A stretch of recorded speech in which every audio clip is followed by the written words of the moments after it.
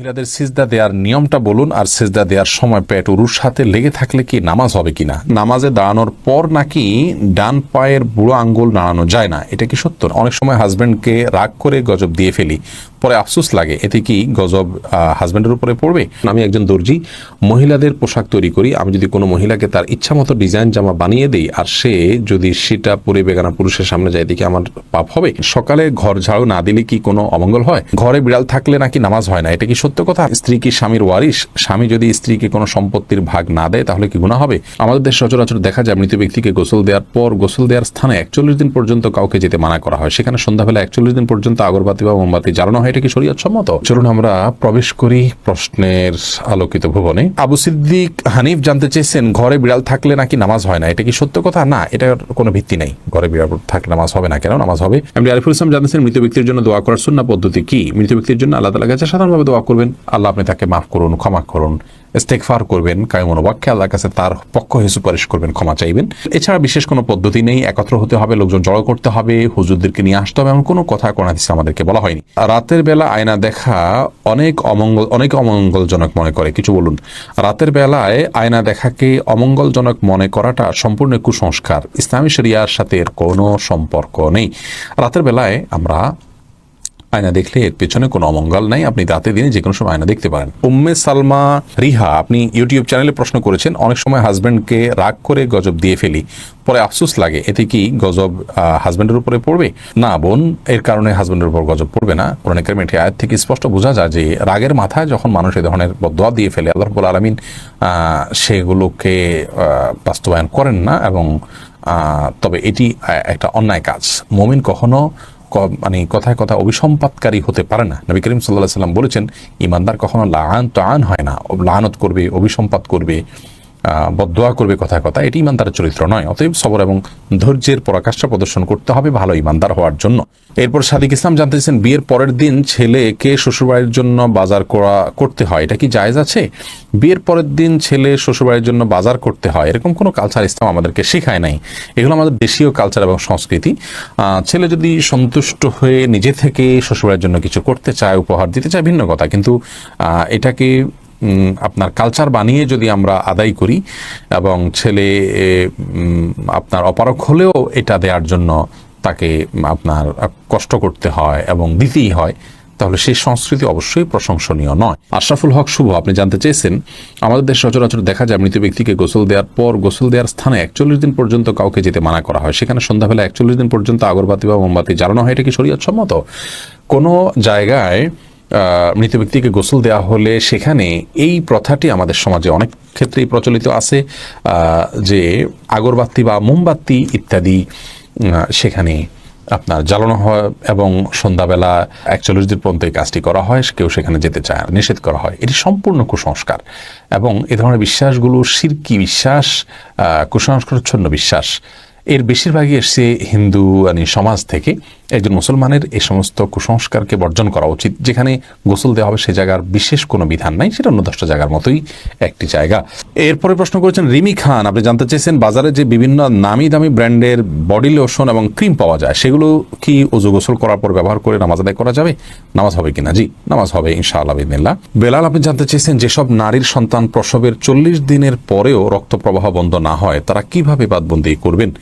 40 দিন পার হওয়ার পরেও যদি রক্ত প্রবাহ বন্ধ না হয়, নেফাস বন্ধ না হয়, তাহলে সেক্ষেত্রে তারা সম্পূর্ণ স্বাভাবিকভাবে সকলে বাদবন্দিকে সম্পাদন করতে পারবেন।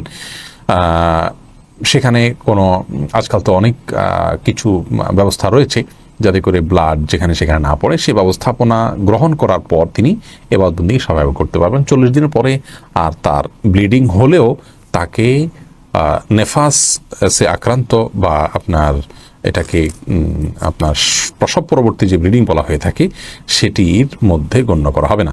এরপরে রাশেদ, আপনি জানতে চেয়েছেন, অবাধ্য সন্তানকে বাধ্য করার কোনো উপায় আছে কি? অবাধ্য সন্তানকে বাধ্য করার জন্য ছোটবেলা থেকেই তার সাথে সেভাবে ইসলামিক যে আপনার ইসলামের যে নির্দেশনা আছে একজন প্যারেন্টসের জন্য প্যারেন্টিংয়ের বিষয়ে, সেগুলোকে লক্ষ্য করা উচিত। তাকে সালাতের নির্দেশ দেওয়া, নিজের সালাতে অভ্যস্ত করা, ভালো পরিবেশ দেওয়া, এগুলো না করে এরপরে বড় হওয়ার পরে অলৌকিক কোনো পদ্ধতিতে তাকে আপনি বাধ্য করে ফেলবেন, এরকম কোনো সুযোগ নেই। তারপরেও আপনি তাকে সৎসঙ্গ দিলেন, নেককারদের সোহবতে নিলেন এবং তার জন্য আল্লাহর কাছে মনে প্রাণে দোয়া করলেন, আবার দোয়া সন্তানের জন্য কবুল হয়। এইরকম বিভিন্ন উদ্যোগের মাধ্যমে আপনি তাকে সৎপথে আনতে পারেন, বাধ্য করতে পারেন। সত্তার তালুকদার জানতে চেয়েছেন, স্ত্রী কি স্বামীর ওয়ারিশ? স্বামী যদি স্ত্রীকে কোনো সম্পত্তির ভাগ না দেয় তাহলে কি গুনাহ হবে? যে স্বামী স্ত্রী একে অন্যের ওয়ারিশ, অতএব স্ত্রীর আপনার স্বামীর মৃত্যুর পর স্বামীর সম্পদে ভাগ পাবেন। সন্তানরা যদি থাকেন তাহলে একরকম, কোনো সন্তান না থাকলে আরেক রকম, কিন্তু ভাগ পাবেন। অতএব স্বামী যদি তার স্ত্রীকে বঞ্চিত করেন সেটি তার অবশ্যই গুনাহের কারণ হবে। লাবণ্য, আপনি জানতে চেয়েছেন, সকালে ঘর ঝাড়ু না দিলে কি কোনো অমঙ্গল হয়?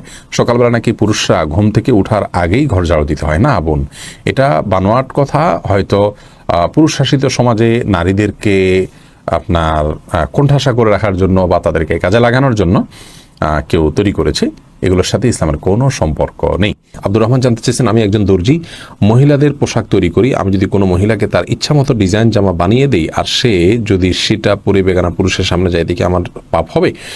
যদি এমন হয় যে পোশাকটা বানানোই হচ্ছে পাপের কাজের জন্য, আপনি জানেন, তাহলে সেক্ষেত্রে তাকে সহায়তা হবে তার সেটা তৈরি করে দিলে। সেজন্য এটি তৈরি করার ক্ষেত্রে আপনি ডিনাই করা উচিত, এতটুকু এখতিয়ার অধিকার আপনার থাকা উচিত, এবং ইমানি গায়রত যেটাকে আবার ইমানি আত্মসম্মান বোধ সেটা আপনার থাকা উচিত।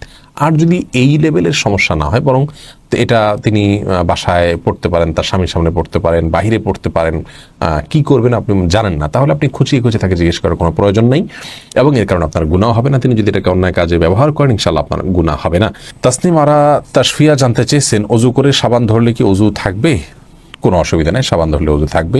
এসেছে রুবেল, আপনি জানতে চেয়েছেন, এডি থেকে নামাজে দাঁড়ানোর পর নাকি ডান পায়ের বুড়ো আঙ্গুল নাড়ানো যায় না, এটা কি সত্য? না, এরকম কোনো কথা আমাদের জানা নেই, প্রয়োজন হলে নাড়ানো যেতে পারে। কোরআন আলো এডি থেকে জানতে চেয়েছেন, ঋণ পরিশোধের জন্য কিছু একটা আমল বলুন। ঋণ পরিশোধের জন্য সবচেয়ে বড় আমল হলো আল্লাহ তাআলার কাছে সাধারণভাবে দোয়া করবেন, চাইবেন, প্রার্থনা করবেন এবং আপনি সর্বোচ্চ চেষ্টা চালাবেন ঋণ পরিশোধের জন্য। আমাদের অনেক ভাইরা আছেন, নিজের জমি আছে, স্থাবর অস্থাবর অনেক মূল্যবান সম্পদ আছে, সেগুলো দিয়ে ঋণ পরিশোধ করতে চান না। তিনি চান যে ঋণ পরিশোধের জন্য তার সাধারণ উপার্জন থেকে অনেক টাকা হয়ে যাক, অলৌকিকভাবে চলে আসুক, আর তিনি সেটা দিয়ে ঋণ পরিশোধ করে দিবেন। এটা সম্পূর্ণ ভুল একটা পদ্ধতি।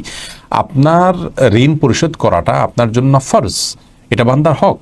অতএব আপনার জমি থাকলে, সম্পদ থাকলে, এগুলো বিক্রি করে আপনি ঋণ পরিশোধ করবেন এবং সেগুলো বিক্রি করার অপশন থাকলে বিক্রি করবেন।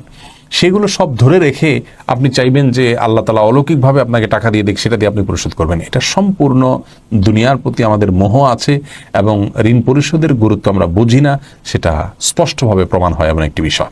বিধায় এমনটি করা উচিত না। সেই সাথে ঋণ পরিশোধের জন্য কিছু দোয়া আছে, আল্লাহ মাগফিরনি ফিনি বিহালালিকা আন হারামিকা ওয়াগনিনি বিফাদলিকা আম্মান সিওয়াক। আরও কিছু দোয়া আছে, ইউটিউব বা ফেসবুকে সার্চ দিলে আমাদের অনেকগুলো ভিডিও আছে, দেখে নিতে পারবেন।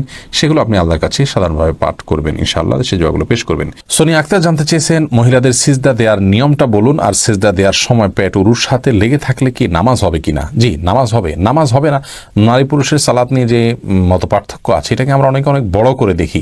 বিষয়টা এরকম বড় কিছু না। আপনার এখানে যারাই ইখতিলাফ করে থাকেন, জাস্ট এখানে পদ্ধতির উত্তম অনুত্তমের বিষয়টা, নামাজ হওয়া না হওয়ার কোনো ইখতিলাফ এখানে নেই।